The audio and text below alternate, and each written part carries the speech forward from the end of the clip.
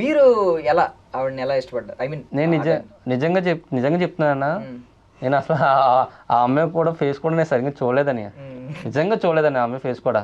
మా మమ్మీ మా డాడీ ఏం చెప్తే అది నేను చేసుకున్నానని, ఇది నిజం అని ప్రామిస్ ఏమంటే వేస్తాను. మా మమ్మీ మా డాడీ చేసుకోమన్నారని నేను చేసుకున్నానని. నిజంగా అయితే నిజంగా చెప్తున్నాను. ఆవిడ నాకు రాగానే వణిగేసానని ఇలాగా చూసినప్పుడు పెళ్లి చూపులు వణిగేసి ఎవరు ఈ అమ్మాయి చూడాలా వద్దా అని చెప్పి మాకు చాలా భయం వేసేదాన్ని. నేను తర్వాత మళ్ళీ వచ్చానని, ఫస్ట్ మళ్ళీ ఒకసారి మాడతానని చెప్పానని వెళ్ళానని. వెళ్తే తను ఏ క్వశ్చన్ అడగలేదని అసలు. నన్ను అయితే ఒకటే అడిగారండి, మా మమ్మీ డాడీని బాగా చూసుకోమని చెప్పారు. ఆయన అడిగింది ఒక్కటే, సో నేను ఎస్ అని చెప్పాను.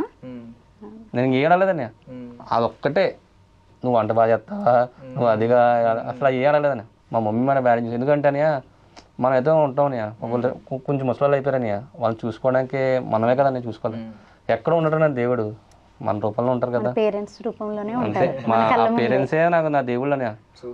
నిజంగా చెప్తున్నాను కదా, ఆయన వాళ్ళు లేకపోతే నేను లేనని.